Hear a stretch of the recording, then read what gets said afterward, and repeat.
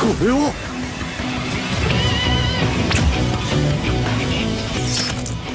In the world of anime, few moments are as thrilling and unforgettable as characters' awakening scenes. Who wouldn't love seeing their favourite character unleash hidden powers and go crazy? From Garnaki fully awakening as a merciless ghoul to Luffy's internet-breaking Gear 5 transformation. Today, we're going to talk about some of the best awakening moments in anime, starting off the list with Shu from Guilty Crown.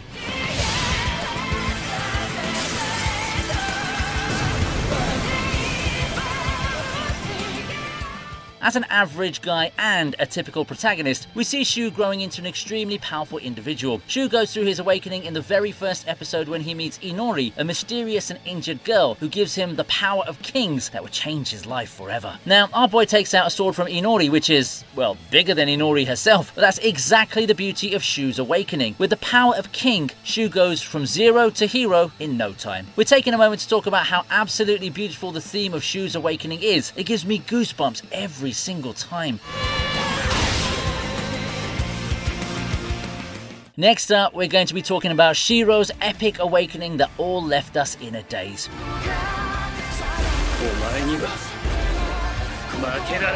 Shiro might be a naive and dumb teenager in the Fate series, however in the Unlimited Blade Works, Shiro's character went through profound growth, making him one of the strongest characters in the series. The turning point comes during his intense battle against Archer. You know Archer's already seen all of the spoilers and isn't impressed anymore, but in his battle against Archer, Shiro's pushed to his limits and as a result, he manifests the Unlimited Blade Works, and boy was it glorious. Shiro finally realizes the beauty of his dream and Archer did too. You see, everything's fun and games until a silly kid says he's the bone of his blade. After his awakening, Shiro was the storm that was approaching and it literally gave us chills.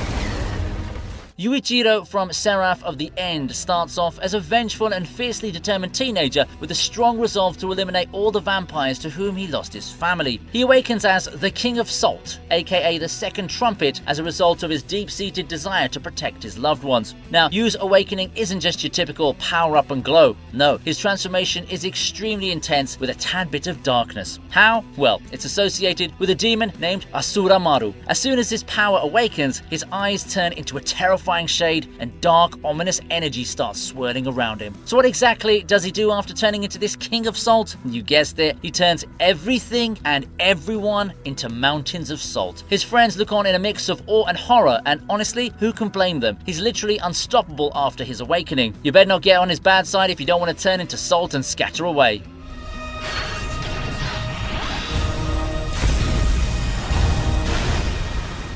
Next up, we have the kind of anime that traumatized us in one way or the other.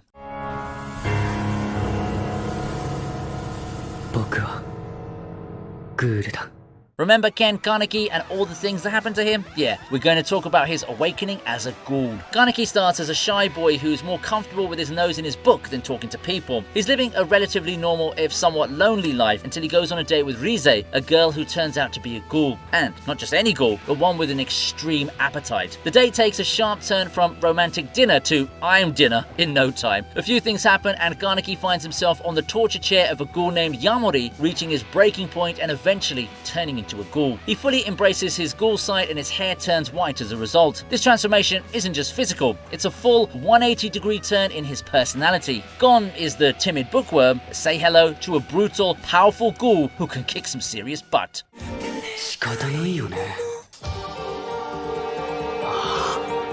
Alright, let's talk about the epic and oh so dramatic awakening of Lelouch's Geass in Code Geass.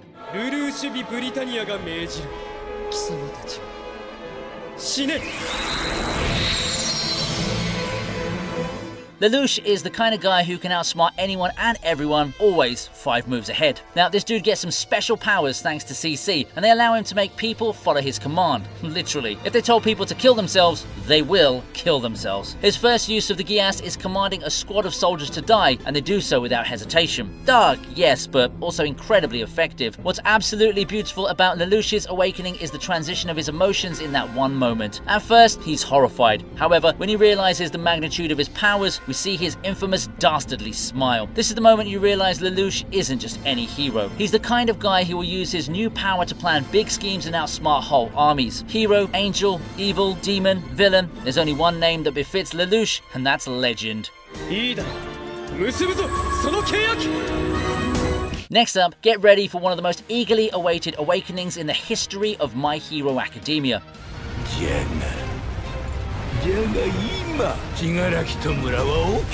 We're diving into Tomura Shigaraki, the thorn in our hero's side for what feels like forever. After everything our heroes did to prevent it, you just knew things were about to get interesting when Shigaraki finally woke up in the most jaw-dropping way possible. Awakened after merging with All for One, Shigaraki flattens the entire hospital area with his fearsome quirk Decay. And if that wasn't enough, Shigaraki's makeover isn't just skin deep. He inherits all the quirks that All for One collected over the years. Now, our heroes are in for a wild ride, trying to keep up with a guy who's basically a walking arsenal of superpowers. Shigaraki's awakening is a major turning point in the anime that will keep everyone on the edge of their seats for a while.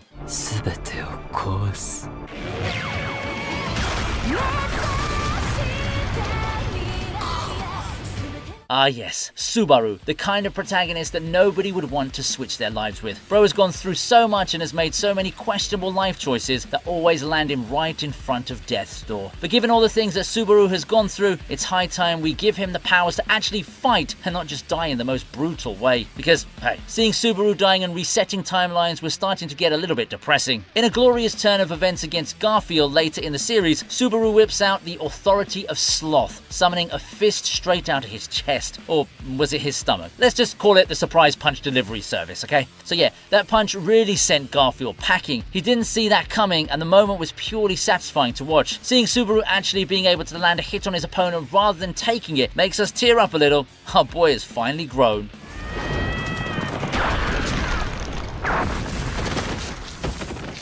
Next up, we have Garfgar Hibino, your average cleaning guy who cleans up kaiju's corpses after the defense force is done with them. Senpai!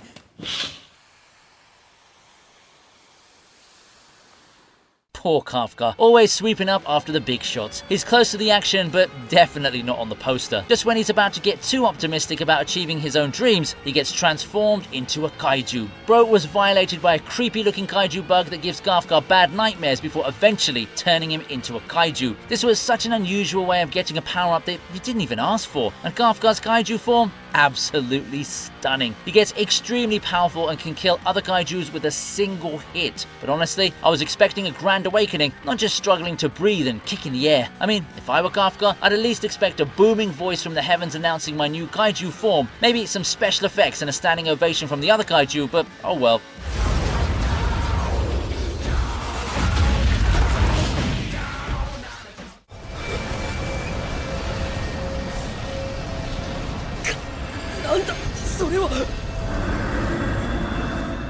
Shigeo Kageyama from Mob Psycho is an interesting character who's not only mysterious, but also extremely powerful. Now, he may appear like a normal high schooler, but don't let his looks fool you. This kid is a ticking time bomb of psychic energy that could go off at any moment, especially when he gets overwhelmed with emotions. You see, Mob gets his powers from his emotions, which he keeps bottled up. When the pressure gets too high, you better step back and brace yourself. Once his emotions spill over, things get real.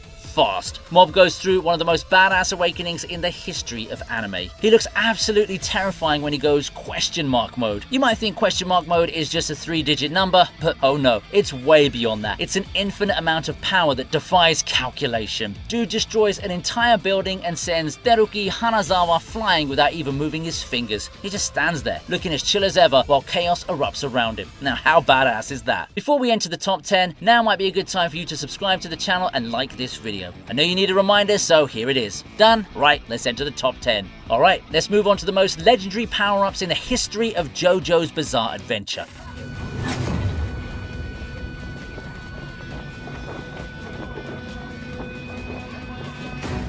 Giovanna is a mysterious and ambitious guy who starts with the stand gold experience, which can create life from inanimate objects. It's already pretty cool, right? But things get rough in his final battle against Big Bad Daddy Diavolo, who has the terrifying power to erase time with his stand King Crimson. So here's where it gets juicy. After getting pierced by the mystical arrow that could evolve stands, Giorno's gold experience goes through a transformation and becomes Gold Experience Requiem. So what's cool about this transformation? Well, it can nullify any action directed towards Giorno. That's right, it can literally say nope to anything thrown its way. Diavolo experiences this firsthand when every attempt to defeat Giorno results in him endlessly dying and reviving in different ways, eternal suffering on a loop. Giorno has the ruthlessness of Dio and the passion of Jonathan, the deadliest JoJo combination going.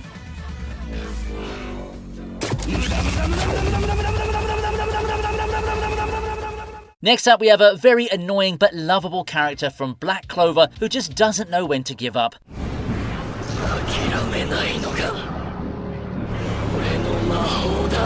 I'm talking about Asta, who started off as a loud underdog with a heart of gold, but no magic powers. But his resolve grants him with a 5-leaf clover grimoire capable of nullifying any magic. Pretty handy when you can't use magic yourself, right? So the thing is, Asta lets out his inner demon in his fight against Ladros of the Diamond Kingdom, who'd been wreaking havoc everywhere. Asta's right arm gets covered in black, devilish armor, complete with claws and an ominous aura. Now, Ladros had no idea what he was getting himself into and still decided to challenge our hero, which was a rookie mistake. Asta barely resists his demon taking over entirely, and guess what? He still gets extremely powerful even without fully awakening his demon powers. It was so satisfying to watch Ladros getting toyed around by Asta while begging him to stop. Asta seemed like a black star shooting towards the sky during this battle, an unstoppable force with an anti-magic twist.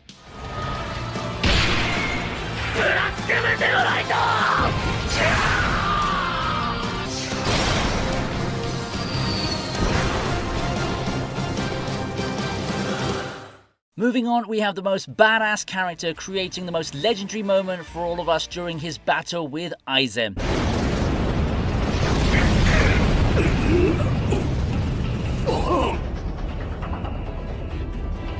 Our boy has fought Hollows, Soul Reapers, Arankars, and just about anything that looks at him funny. But nothing could prepare us for his ultimate showdown against Sosuke Aizen, the big bad villain with a god complex. To defeat Aizen, Ichigo not only needed a power boost, but also a new level of badassery. Here comes the final Getsuga Tensho. It's not just a technique, it's a transformation that turns Ichigo into the very embodiment of his sword's power. And the best part, it's so intense that Ichigo becomes the technique itself. That's mind-blowing, right? So what's the deal with the final Getsuga Tensho? When Ichigo uses it, he essentially sacrifices all his Soul Reaper powers to deliver one earth-shattering, reality-bending mind attack called Mugetsu. Ichigo's transformation is nothing short of spectacular. There were no wacky explosions and no flashy moves, just pure power.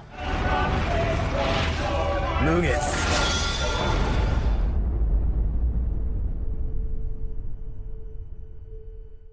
Ah yes, Eren Yeager, the protagonist who spent most of the series screaming at titans, soldiers, and occasionally at the sky.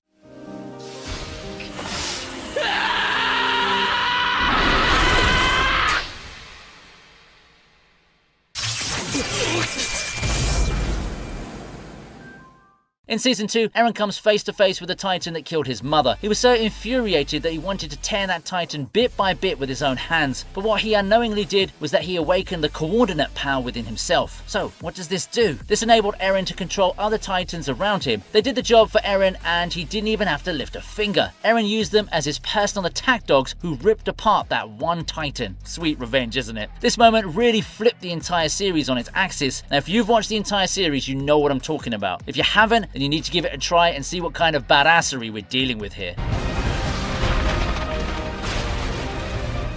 Alright, let's talk about one of the most legendary and unforgettable awakenings of all time.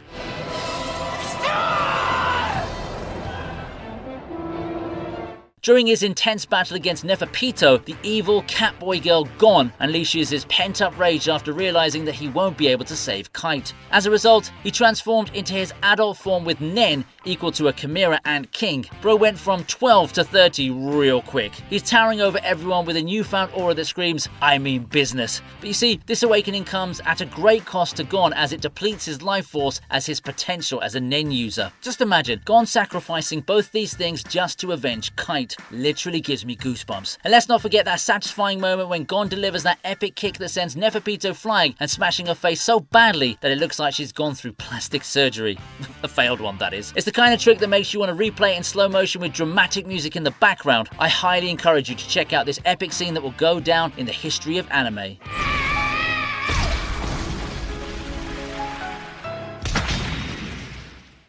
Next up, we have the infamous Through Heavens and Earth, I Alone Am the Honored One moment from Jujutsu Kaisen.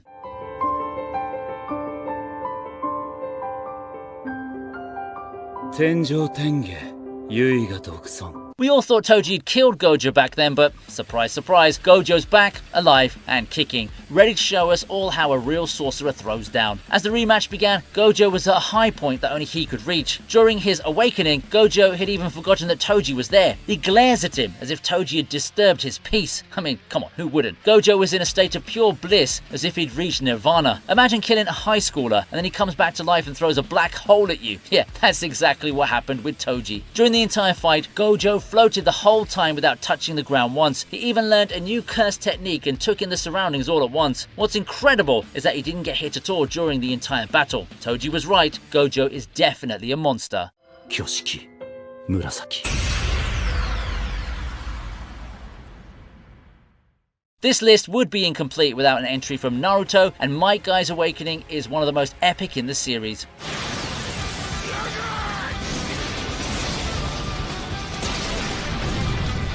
Now, Might Guy is already a powerhouse with his Daijutsu skills, but when he unleashes the 8 gates, he becomes unstoppable. In his fight against Madara Uchiha, the big bad guy with godlike powers, Might Guy seems to be in a bit of a pinch. That's when he decides to use the Forbidden Gate of Death that grants him unimaginable power. Now, this technique costs the user his life, so imagine Might Guy using it without a thought just to save his loved ones. After awakening his powers, Might Guy made all of our jaws drop. Because, come on, imagine having the ultimate combo of cutting-edge cell regeneration technology and the blood of a literal demigod, only to be nearly torn in half by some super strong guy with a bowl cut, drop kicking you so hard it bends space around his foot. Might Guy is the pure definition of badass, and that's why we love him.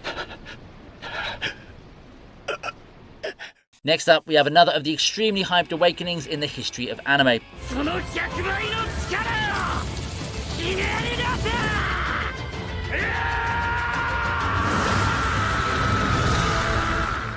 Throughout the series, we've seen Tanjiro grow from a humble, kind-hearted charcoal seller to a badass demon slayer. His big moment comes during the battle with Gyotaro, the main Upper Moon 6 amongst the duo that's been giving our heroes a seriously hard time. With 2 broken fingers and reduced stamina, Tanjiro was pushing himself to the absolute limit. In the heat of battle, his sheer willpower triggers the awakening of his demon slayer mark. Suddenly, our boy Tanjiro is rocking a brand new, cool-looking flame mark on his forehead. This mark isn't just for show. It allows him to tap into new levels of power, making him even more formidable. With everything he's got, Tanjiro slashes Gyotaro's neck, and his scream while he's doing that gave me goosebumps for days. What's absolutely badass about this scene is how Tanjiro still kept going despite Gyotaro's sickle being stuck in his mouth. Pure badass.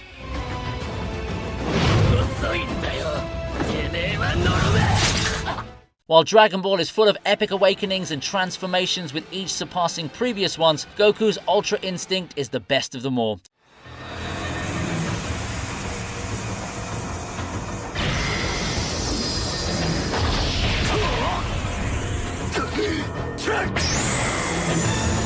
He awakens his Ultra Instinct against his battle with Jiren. The stakes were high. There were universes on the line. Goku had no option but to go all out against Jiren, the kind of villain every shonen protagonist would avoid. And while going all out, Goku awakened the Ultra Instinct. It's basically the holy grail of power moves in the Dragon Ball universe. There's nothing in the anime that even comes close. When Goku unlocked this beast ability, even Beerus, the god of destruction, was left stunned because you couldn't touch this level of power no matter how hard he tried over the years. Ultra Instinct lets Goku go all in on his instincts, no need for overthinking. It's like he left the gods themselves in the dust in the Dragon Ball universe. At this point, you might think Goku himself is a god in the series.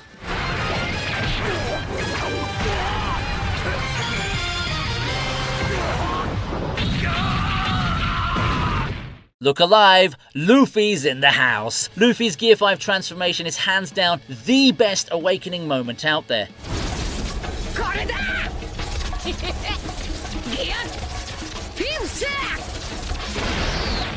It was a highly anticipated one with the manga fans already knowing about it, waiting for it to get animated, and boy did it serve. It literally broke the internet and you could hear the collective cheering of fans when it was animated. Luffy busted out this new transformation during his epic showdown with the infamous Kaido, who's pretty much the heavyweight champ of the One Piece universe. But even before Gear 5, Luffy was no pushover. He's taken down warlords, marines, and even fishmen who were almost invincible. And Gear 5, it just cranks up his powers to the max. All in all, Luffy's Gear 5 transformation is the stuff of legends. It's the ultimate power-up for the ultimate pirate king in the making.